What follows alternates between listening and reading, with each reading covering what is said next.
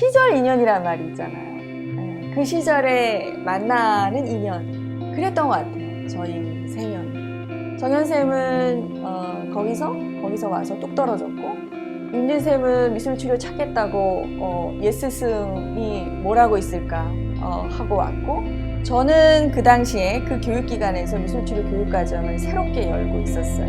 그래서 제대로 된 교육과정으로 미술치료를 사람들한테 이제 가르치겠다.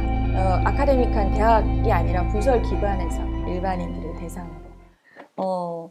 그래서 우리가 어떤 걸 제일 먼저 했었죠?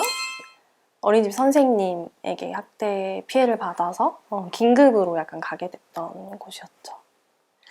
저한테는 좀 익숙한 연령대에 익숙한 아이들이라서 사실은 별다른 게 없겠다, 할 수 있겠다 이렇게 생각했는데 큰 코 다쳤던 그런 경험이죠. 그래서 굉장히 많이 생각나기도 해요. 지금 돌아보면 첫 임상지로서. 그때 정연쌤도 같이 시작했었죠. 정연쌤 어땠어요? 어떻게 보면 진짜 너무 운이 좋았다. 왜냐하면 제가 석사를 들어가고 보니까 실습을 먼저 경험하고 온 사람은 거의 없었기 때문에 아 진짜 현장은 이런 거구나. 그래서 사실 그때 생각하면 굉장히 부끄러운 게 더 많고 뭐 그때 이제 굉장히 뭐 일지를 쓰는 부분이라든지 현장에 선생님들이 일하시는 그거를 직접적으로 볼 수 있었던 기회가 돼서 저는 굉장히 운이 좋았다고 생각을 하는 것 같아요. 보통 이제 대학원을 들어가면 실습이 주어져요. 실습을 해야 되고. 그런데 그 환경 안에서 졸업을 하기 위해서 하는 실습하고는 좀 다르죠. 그런 코스, 정규 코스에 들어가기 전에 자신한테 이런 실습의 기회가 주어진다는 거는 어떻게 보면 아까 행운이라고 했는데, 저는 미술치료 현장에서 일단 관찰을 해도 좋고, 참여를 해도 좋고, 어떤 방식으로든 봉사의 마음으로 가서 다른 치료사들이 전문가들이 하는 거를 이렇게 보면서 배우는 그런 시간은 좀 가졌으면 좋겠어요. 끝나고 나서 바로 치료사가 되는 것에 한계가 내가 누군가가 현장에 있던 모델이 없이 간다는 게 좀 어려움이 좀 있습니다. 그래서 이 두 선생님은 벌써 그런 현장에서 첫 경험을 하면서 출발을 하셨네요. 좋은 경험이었다니 저도 좋고 그때 가장 기억에 남는 게 어떤 걸까요? 가장 기억에 남는 거.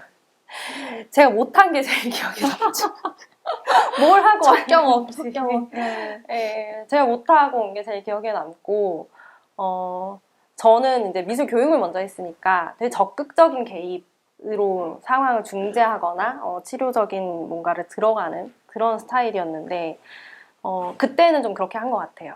초심자였으니 뭐 보이는 것도 없고 근데 지금은 이제 좀 다르죠. 기다리는 걸 배웠고 그 낄낄빠빠를 낄 때 끼고 네, 그게 너무 중요하다는 걸 이제 배웠는데 그때는 이제 뭘 모르고 그냥 열심히 해야겠다는 생각 때문에 그렇게 했던 게 기억이 남고 아이들 표정 기억에 남죠. 그 중에 이제 그 ADHD 아동이 한 명 있었는데 제가 담당하던 친구는 아니었지만 그 친구가 그 기관 내에서 굉장히 부정적인 피드백을 일상적으로 받는 그런 아이였어요. 그래서 좀 마음이 아팠죠. 마음이 아팠고 그럼에도 불구하고 이제 열심히 하려고 하고 관심을 받고자 하고 그런 그 아이의 힘도 보았고 그래서 이래저래 기억에 많이 남는 그런 경험이었던 것 같아요.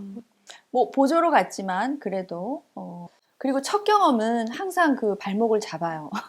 언제든지 복귀하고 생각나고 초심자로서의 때 기억은 전문가가 되더라도 그것을 발판으로 여기까지 왔기 때문에 가장 어떤 소중한 경험이기도 하고요. 잊지 못할 그런 것이 될 텐데 정연쌤은 어떤 게 가장 기억에 남나요?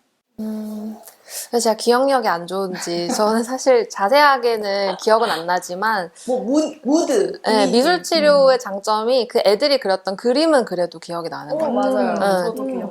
뭐 애들이 작업했던 거 이제 그런 것들이 좀 기억이 나고 이제 처음으로 저는 관찰에 대한 개념을 좀 깨달았던 것 같아요. 제가 보고 듣는 거를 기록하고 하는 방법이 뭔가 일상적인 기록과는 좀 달랐던 것 같고, 이게 주관적인 관찰이 아니라 객관적으로 관찰하는 방법을 좀 배울 수 있었던 것 같은데, 그게 어떻게 보면 그 미술 치료사의 굉장히 그 중요한 포인트라고 지금은 생각이 드는데, 그때 잘 배울 수 있었던 것 같아요. 보조 치료사로 가면서 치료사가 그 내담자한테 하는 것들도 관찰하고 본인도 또 그 내담자를 관찰할 수 있는 기회죠.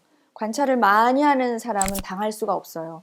그래서 이 관찰하는 연습을 하는 게 굉장히 중요하다. 그리고 그것을 기록으로 남기는 게 중요한데, 그거를 임산 현장에서 이분들이 같이 첫 출발 때 그것을 깨달았다는 거죠. 그래서 이런 경험들은 가능하면 좀 먼저 거치면 좋을 것 같습니다. 그 다음에 우리가 함께 했던 프로젝트가 또 있는데, 기억나는 거? 소년원에 들어갈 만큼 큰 범죄는 아니지만 사회에 잘 이제 적응을 할 수 있도록 그 법원에서 해주는 기소유예 제도라는 좋은 제도를 경험한 그런 애들이었는데, 이제 간단한 사고부터 조금 어떤 중미한 사고를 치는 청소년들을 집단으로 저희가 만나서 하는 임상이었죠. 네. 막상 우리가 만난 아이들은 좀 어땠나요? 한결같이 착한 친구들이 많았던 것 같아요.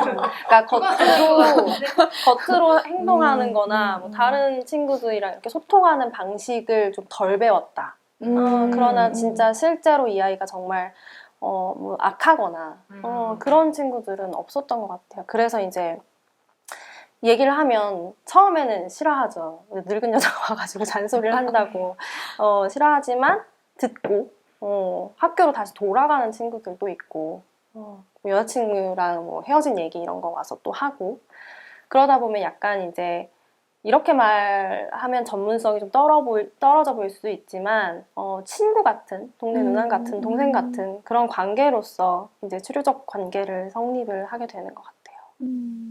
그러니까 비전문적이어서 우리가 그 내담자들을 친구라고 칭하는 거에 대해서 좀 조심스러운데, 청소년이라는 대상자를 만날 때는 그 대상자를 이해하기 위해서 우리가 다가가는 여러 가지 방법들 중에 하나로 보시면 좋을 것 같아요. 그리고 내담자가 갖고 있는 아주 좋은 점들을 윤진 쌤이 발견해 주셔서 아이들이 그걸 느끼겠죠, 그렇죠? 느끼니까 그 청소년 아이들이 막 말썽을 피우다가도 나중에 헤어질 때는 전화번호 주세요. 전화번호 주세요, 뭐 이러고 다시 만나지 말아요. 다시 만나지 말아요. 이런 말 참 좋은 말 같아요. 네, 이제 범법 행위를 하지 않겠다는 그런 말이겠죠. 네, 정현 쌤은 어때요, 아이들? 네.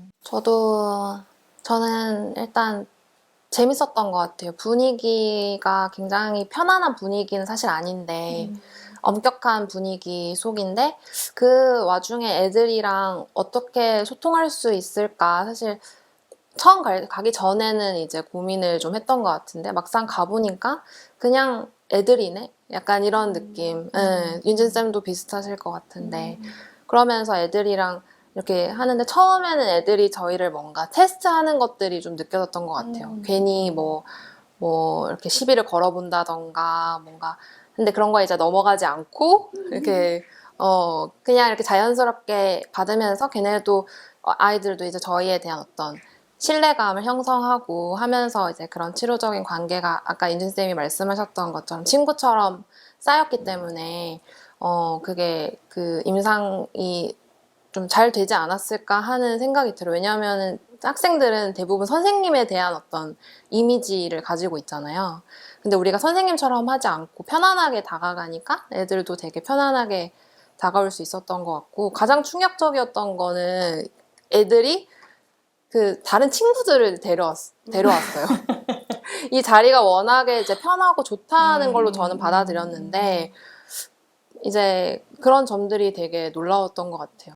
그 친구가 그 다음에 온 게 더 또 놀랐죠. 그 다음 기수에 왔던 게 정말 좀 더 충격적이긴 했지만, 놀러 온 친구가 학생. 또 어디서 이게 왜 재밌냐면 여기 오면 안 되잖아요. 왜냐하면 범법 행위를 해야 여기를 오는데 다른 친구 소개하고 또 그들만의 리그가 있단 말이에요. 그래서 우리 프로그램이 또 야 거기가 이렇게 소개하고 그리고 내년에 또 올게요. 이런 말 하면 막 가슴이 콩하죠. 하지만 그 기저에는 그만큼 이해받았기 때문에 우리랑 그런 격이 없는 대화를 나눌 수 있었지 않았을까 그런 생각을 하고 우리가 이런 얘기를 할 때 저분들이 거기 가서 노닥거리나 이렇게 생각하시면 안 됩니다.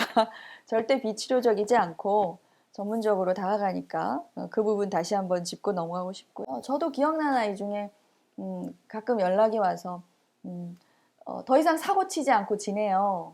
선생님 이렇게 연락 오면 되게 마음이 이렇게 탁 심장이 쫄깃해져요. 그리고 요번에 나간 애 중에 한 명이 아무도 나를 이해해주지 않는 것 같았는데 선생님만이 저를 좀 이해해주는 것 같았다. 잊지 않겠다. 이런 말 하고 가면 아 그래 내가 뭐 어떤 몫을 좀 했구나. 뭐 이런 생각도 들고 잘 되길 바라죠. 연락은 없을 거예요. 연락 없고 잊어주는 게 또 맞으니까.